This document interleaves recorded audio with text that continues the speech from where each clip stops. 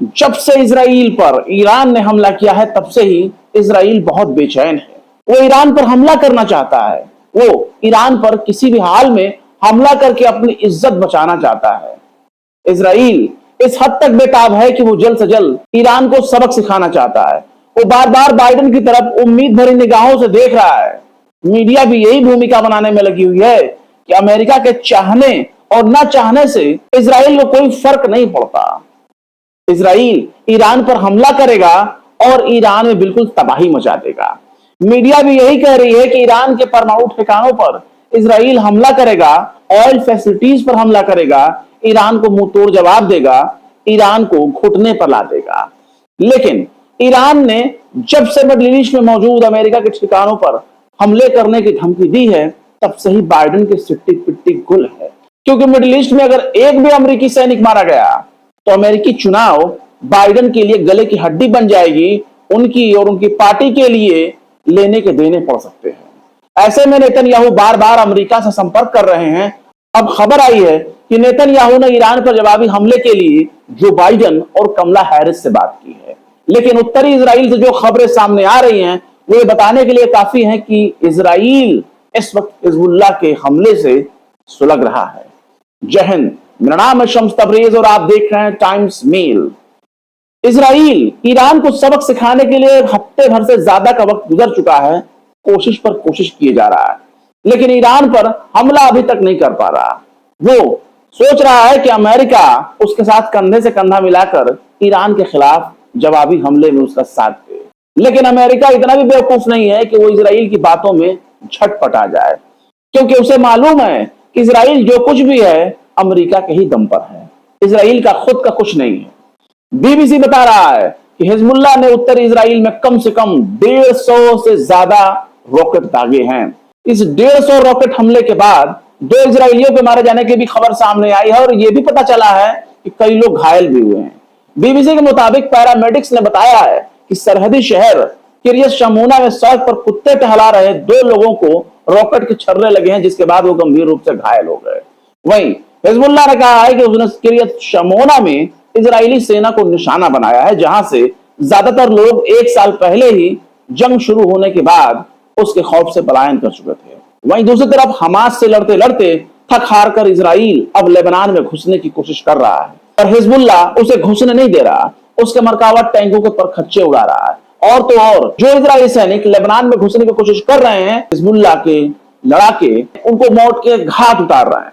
लगातार इजरायली सैनिक लेबनान में जमीनी ऑपरेशन को शुरू करने के लिए कई दिनों से बॉर्डर पर कोशिश कर रहे हैं। कई दिनों से उन्होंने बॉर्डर पर मोर्चा संभाला हुआ है, पर हिजबुल्लाह के पैरामिलिट्री सोल्जर्स लगातार इजरायली सेना पर भारी पड़ रहे हैं।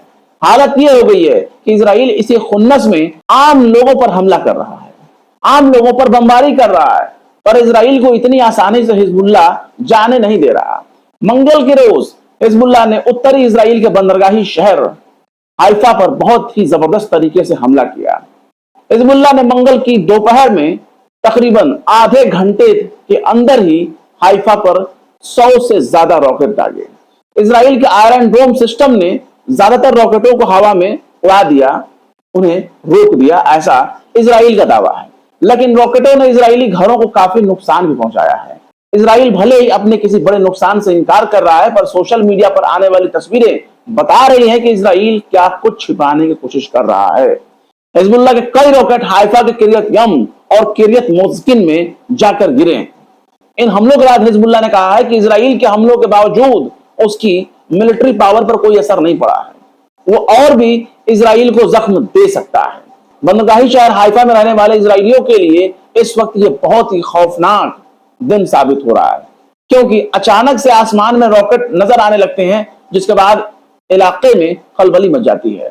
आसमान बिल्कुल साफ होता है, लेकिन हिजबुल्लाह के रॉकेट कब आ जाएंगे इसकी कोई गारंटी नहीं। लेकिन मंगल के रोज जब हिजबुल्लाह के रॉकेट आसमान में दिखाई देने लगे, उसके बाद तो फिर हड़कंप मच गया। खतरे को आता देख Iron Dome missile system activate हो गया और उसने हिजबुल्लाह के रॉकेटों को तबाह करने की शुरुआत कर दी, जिसके मलबे जमीन पर गिरने लगे। जैसे ही खतरे का अलार्म बजना शुरू हुआ, वैसे ही लोगों ने भाग भाग कर शेल्टर में अपनी पनाह लेनी शुरू कर दी। हिजबुल्लाह ने मंगल के रोज यह हमला तब किया जब इजरायली सेना ने ऐलान किया था कि वो बैरूत के दक्षिणी शहर में हिजबुल्लाह के ठिकानों पर हमला कर रहा है। वहीं हिजबुल्लाह के सीनियर कमांडर नईम कासिम ने जोर देकर कहा है कि हिजबुल्लाह की मिलिट्री पावर अभी खत्म नहीं हुई, अभी बहुत बरकरार है। इसलिए लेबनान में इजरायली सैनिकों के साथ संघर्ष के लिए हिजबुल्लाह के लड़ाके पूरी तरह से तैयार हैं। उन्होंने कहा कि वो सैकड़ों रॉकेट और दर्जनों ड्रोन दाग रहे हैं। हिजबुल्लाह के लड़ाके फ्रंट मोर्चे पर बिल्कुल तैनात हैं, जो इजरायली सेना को आगे नहीं बढ़ने दे रहे हैं, और बात भी कहीं ना कहीं साबित होती नजर आ रही है।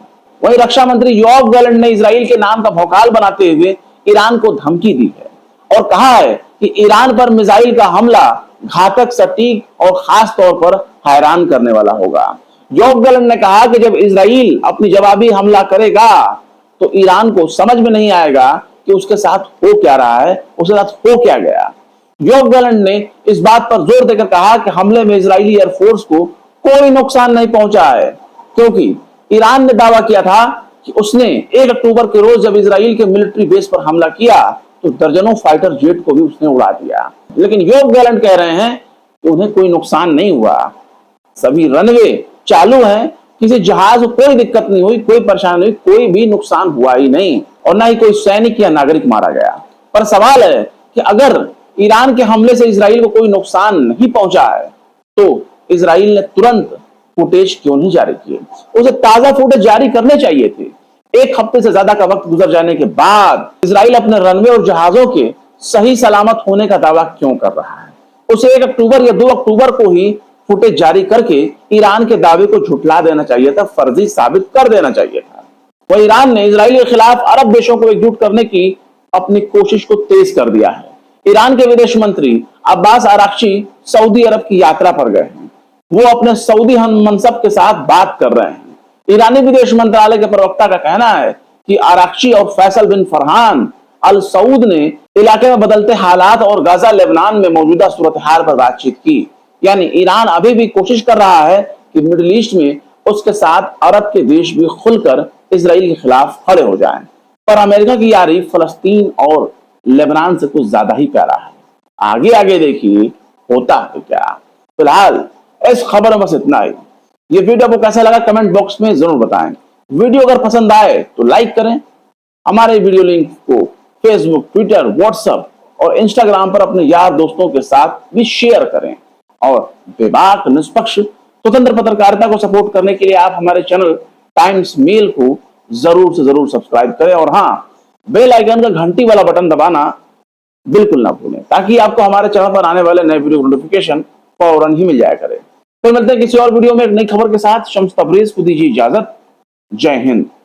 अगर अभी तक आपने हमारे चैनल टाइम्स मेल को सब्सक्राइब नहीं किया है तो जल्दी से सब्सक्राइब कर दें और बेल आइकन भी प्रेस कर दें।